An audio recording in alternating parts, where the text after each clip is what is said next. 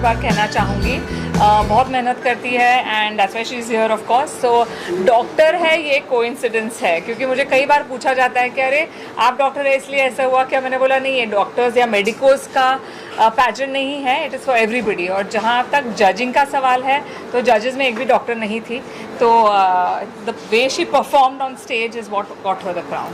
या क्या कहना चाहेंगे? सबसे पहले कॉन्ग्रेचुलेशंस क्राउन के लिए। Thank you so much. क्या कहना चाहेंगे, क्या फीलिंग है क्राउन पहनने के बाद, और थोड़ा सा बताइए क्या क्या प्रिपरेशन करनी पड़ी आपको इस क्राउन को पाने के लिए? जी ज़रूर। Well, hello everyone, by the way, I don't think I have said that before, but crown पहनने की जो फीलिंग होती है, आई थिंक वो शब्दों में डिस्क्राइब करना हमेशा मुश्किल होती है। एंड आई थिंक 6 महीने के बाद भी मैं अभी भी वो एग्जैक्ट वर्ड्स ढूंढ रही हूँ जो जस्टिस करेंगे how I felt. But if I have to describe, I would say कि एक एम्पावरमेंट फील होती है, कॉन्फिडेंट फील होते हो आप लोग, you get comfortable in your own skin and more over you do not worry about कि लोग क्या कहेंगे। You follow your path, you follow your heart, you put in the hard work and you shine bright. So that's how it's been so far. Also कितना difficult था सब कुछ manage करना, घर मैनेज करना, क्योंकि मिसेस को बहुत सारी चीज़ें मैनेज करनी पड़ती है। अगर उस बारे में बताएं कि कैसे मैनेज हुआ सब कुछ। Thank you. डिफ़िकल्ट तो होता ही है, बिकॉज आई थिंक आप सब लोग देखते होंगे मैरिड वुमेन जो काम भी करती है, बच्चे भी रेस करती हैं और भी बहुत सारी चीज़ें करती है। सो आई वुड नॉट से कि डिफ़िकल्ट नहीं होता है, बट कहीं ना कहीं अगर आपके करने की इच्छा है, अगर आप पैशनेट हो, हार्ड वर्किंग हो, सो आप बैलेंस कर लेते हो। सो प्रिपरेशन करना हार्ड था, बट मैंने जो भी मुझे एक्स्ट्रा टाइम मिलता था घर के काम के बाद या फिर क्लिनिक के बाद, I use to dedicate it to my marvellous preparation. जो क्लिनिक में लंच ब्रेक्स होते थे मैं वो यूज़ करती थी प्रिपरेशन करने के लिए। वॉक करने के टाइम घर पे काम करते वक्त मैं हील्स में वॉक करती थी ताकि मेरी प्रैक्टिस भी हो जाए साथ में और काम भी हो जाए। So and after I have a 3-year-old सन, तो वो सोने के बाद मैं बाकी जो इंटरव्यू की प्रिपरेशन करनी होती थी वो सब करती थी। So it's hard, but I would say it is doable. अगर if you put your heart and mind to it, you can achieve anything, and I believe that now. Also Aditi ma'am खुद winner रह चुकी है, कितना inspire होती है उनसे, और क्या क्या टिप्स मिली थी उनसे स्पेशली आपको? सारी टिप्स मिली थी आई गेस, क्योंकि ये मेरा पहला ही पैजेंट था। मैंने कभी सोचा नहीं था कि मैं पैजेंट्री करूँगी, बट मुझे पता था कि मुझे डॉक्टर से ज़्यादा और भी चीज़ें करनी है और मैं कर सकती हूँ। So I think it was the right timing for me कि डॉक्टर अदिति ने उस टाइम पे वो प्लेटफॉर्म लॉन्च किया जिस टाइम पे मेरी मेडिकल एजुकेशन ख़त्म हो गई थी, I was looking to do something more than medicine.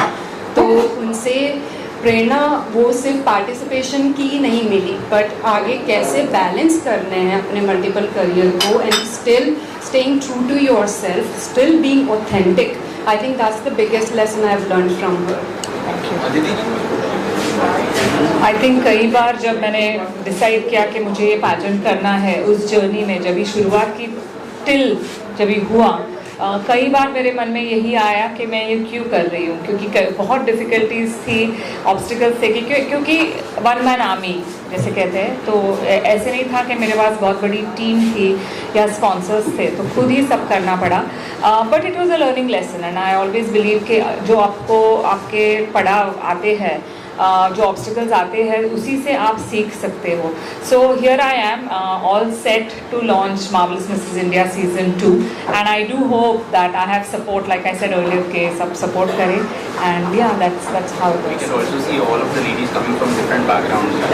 So how was the empowerment for them? You know, and what is your definition about women empowerment? आपने किस तरह से empower किया? जी, ये जो शब्द है विमेन एम्पावरमेंट, ये बहुत लूजली आजकल थ्रो किया जाता है। जिससे पूछो वो यही कहते हैं कि हाँ we are working for women empowerment, लेकिन क्या है विमेन एम्पावरमेंट? एक महिला घर में जाके अगर इमोशनल अब्यूज़ सफ़र कर रही है, it need not, domestic violence is a no, लेकिन इमोशनल अब्यूज़ भी होता है। जैसे ऑफिस कोई जाती है महिला, तो कई बार उसके कॉलीग्स जो होते हैं वो बोल रही है, उसके ऊपर आवाज़ चढ़ा के बात करते हैं, तो वो चुप हो जाती है, क्योंकि वो अपब्रिंगिंग है। इसको माइक्रो अग्रेशन कहा जा सकता है। तो बाउंड्रीज होती है कि उसे नो कहना डर लगता है, क्योंकि उसे लगता है कि मैं नहीं बोलूँगी तो मेरा प्रमोशन नहीं होगा।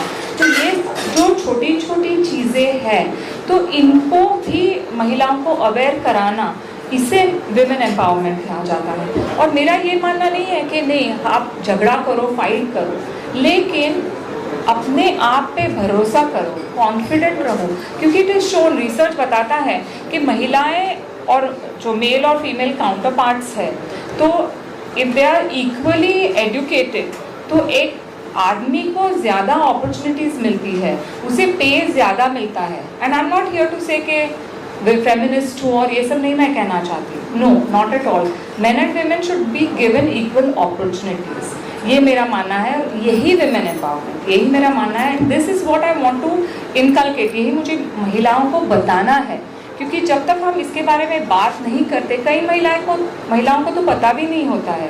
अरे हाँ, मैं तो, मुझे बोलना था लेकिन somebody else spoke over me, थोड़ा आवाज़ बढ़ा के, तो I kept quiet, मुझे बताना था।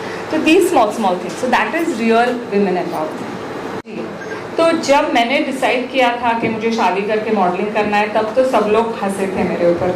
यही कहा था कि शादी के बाद तो ग्लैमर फील्ड में कोई जगह नहीं होती है, एक तो तुम शादी मत बताओ किसी को कि तुम शादीशुदा हो, चुप रहो, और यही कहो कि नहीं मैं तो सिंगल हूँ। तो मैंने बोला मैं क्यों छुपाऊँ ये चीज़, अगर I am proud of being married तो वाई शुड आई। और ये कहाँ लिखा है कि शादी होने के बाद ग्लैमर फील्ड में क्या हम ग्लैमरस नहीं दिख पाते हैं? दिखते हैं। जैसे मुझे जब लोग कहते थे oh you don't look like mother of one, तो मैं यही कहती थी कि कैसे दिखनी चाहिए मदर ऑफ वन। क्यों हम ये टिपिकल डेफिनेशन लेके चल रहे हैं कि एक महिला शादीशुदा हो तो उसका ग्लैमर ख़त्म हो जाता है, या वो स्टेज पे या ब्यूटी पैजेंट में पार्टिसिपेट नहीं करना चाहती। हाँ, एक रिग्रेट ज़रूर है कि मैंने, जैसे समन सेड हो कि पहले शुरू करना चाहिए था ब्यूटी पैजेंट, थोड़ा लेट हो गया, but it's better late than never. जब जज के तौर पे रहती है तो पार्टिसिपेंट में आप क्या क्वालिटी देख के जज करते हैं?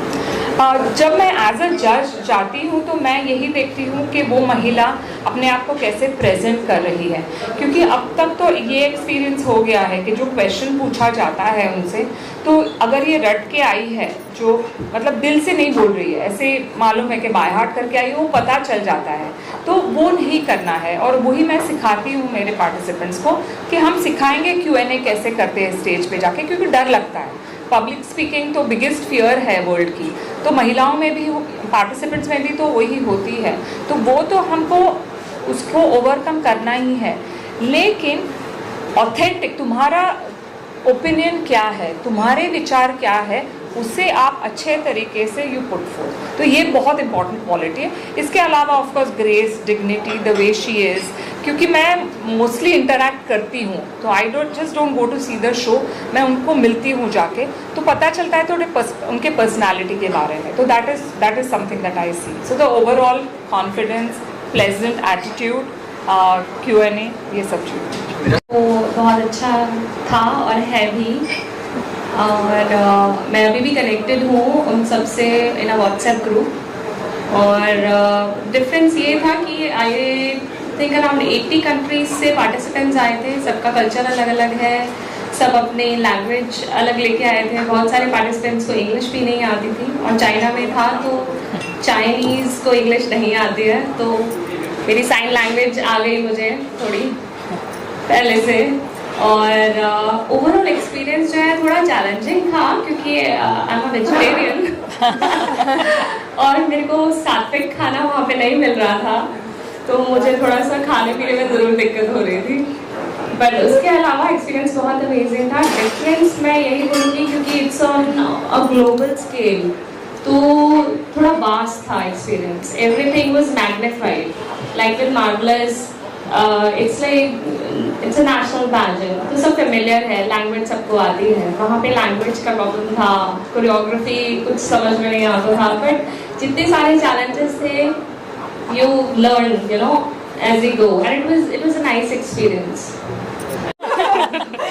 So Dr. Aditi Govitikar, यहाँ से जब invite आया for participation, I actually had a video call with her and I was like, this is it. You know, there are a lot of pageants happening. It has to be a pageant which is authentic, which is real, and which is actually a true meaning of beauty inside out. That's exactly what Dr. Aditi is portraying in her pageants. So as a first runner-up, actually the moment the crowning was done by Dr. Aditi Govitkar, it was like once in a lifetime experience. It's like a dream come true. So this is the most memorable part of my whole life. The difficulties as such kuch nahi tha, because Dr. Aditi and the entire MMI team made it so easy for us.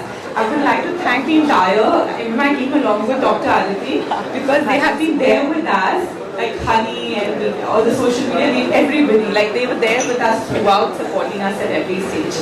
So it was very easy. The contestants, like we were competing with ourselves, not with the contestants. You know, so they were all like family to us. So I think it was a very memorable experience. Every participant, every contestant should experience once in a lifetime a dream come true.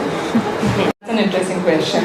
I wish there was social media at that time. I think I would have been a lot more popular. But yeah, I mean, see, social media is a double-edged sword, right? It's the way you use it. It can be negative and it can be positive. So we use social media to spread this message of, you know, that of beauty inside out, really, and don't go with what is seen purely on social media. We have our social media queen here who loves social media, and we are like trying to control her. Okay, don't post your sneeze and don't post your visit to the doctor, etc. But yeah, I mean, we use it to spread awareness, and I really wish it was there when I participated in this as well. पांचों में से कोई भी उत्तर दे सकता है। शादी के बाद घर से ससुराल से कितना सपोर्ट मिलता है? इनको पूछिए आप। ये बताएंगी। Well, मेरा पहला क्वेश्चन अदिति को यही था, I'm just a homemaker. Doctor Aditi ने वो just word ही रिजेक्ट कर दिया, and she said you are a strong homemaker. Homemaker जो कर सकते हैं, तो शायद ही कोई और कर सकता है. 24/7 we are busy, and with that busy schedule, I wanted to remove a time for my practice, for my session, for my workout, and beautifully I have handled it. Definitely my family is the biggest friend, my kids, my husband, they are the biggest supporter for me. But definitely team MMI, इन्होंने मुझे जो support दिया, वो मैं कभी नहीं भूल सकती. Thank you Dr. Aditi. Thank you. Thank you. एक महिला अगर 5 feet है या 4 feet 8 inches है, तो क्या वो ब्यूटी पैजेंट में पार्टिसिपेट नहीं कर सकती? उसकी क्या गलती है? अगर वो ब्यूटीफुल है तो she is beautiful, a 70-year-old. और मेरा यही, मुझे बहुत महिलाएं पूछती है कि मैम आपका अपर लिमिट क्या है? आई से क्यों अपर लिमिट रखना चाहिए ब्यूटी को? Why can't uh 80-year-old participate in a beauty pageant?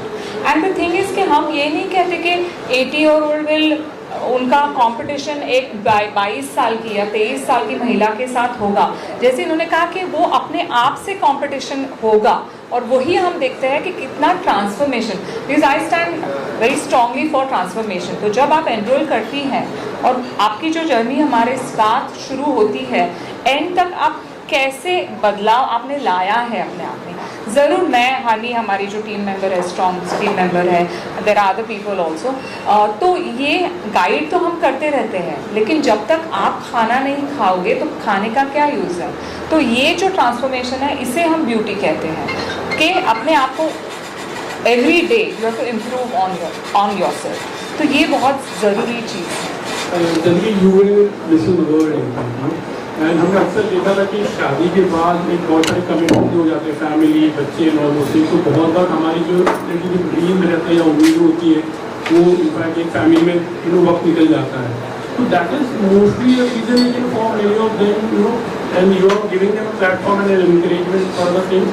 And second is like Miss India, Miss Marvel भी होगा एक्चुअली, या अभी आप सिर्फ ओनली मिसेस मैं अभी फोकस मिसेस पे ही रखूँगी क्योंकि मिस के लिए तो ठीक है, I mean there are other pageants, of course Mrs के लिए भी है, लेकिन I feel very strongly for Mrs category. क्योंकि जैसे आपने कहा कि फैमिली लाइफ में बच्चों की देखभाल करने में बहुत टाइम निकल जाता है, एक महिला अपने आप को भूल जाती है. और जब मैं बड़ी हो रही थी, मैंने यही देखा था कि अगर घर में कुछ अच्छी चीज़ आती है, मिठाई आती है, तो माँ हम लोग को देती थी, खुद नहीं खाती थी. तो मिठाई नहीं खाती थी, वो अच्छी बात है, she is touch wood very healthy. But what I am saying is कि अपने आप को सेल्फ केयर जो होती है वो भूल जाते हैं, अपनी आइडेंटिटी भूल जाते हैं. किसी की वाइफ, किसी की माँ, हु आर यू? और ये जब एहसास होता है, देन इट्स टू लेट. तो बहुत वो डिप्रेशन होता है, एंजाइटी होती है। तो इन सब से कि आई चैलेंज के think about who you are. रोज़ अगर 10 मिनट भी आप सोचो कि थिंक अबाउट योर सेल्फ, आपकी आइडेंटिटी क्या है, आपको क्या अच्छा लगता है, क्या आप वही चीज़ें कर रहे हो जो आपके पति बोल रहे हैं या बच्चे बोल रहे हैं, आपकी वॉइस आप खो चुके हो। Again I am not saying कि जाके झगड़ा करो, but when you do that you will earn respect, your children will respect you, your partner, self care, yes, of course.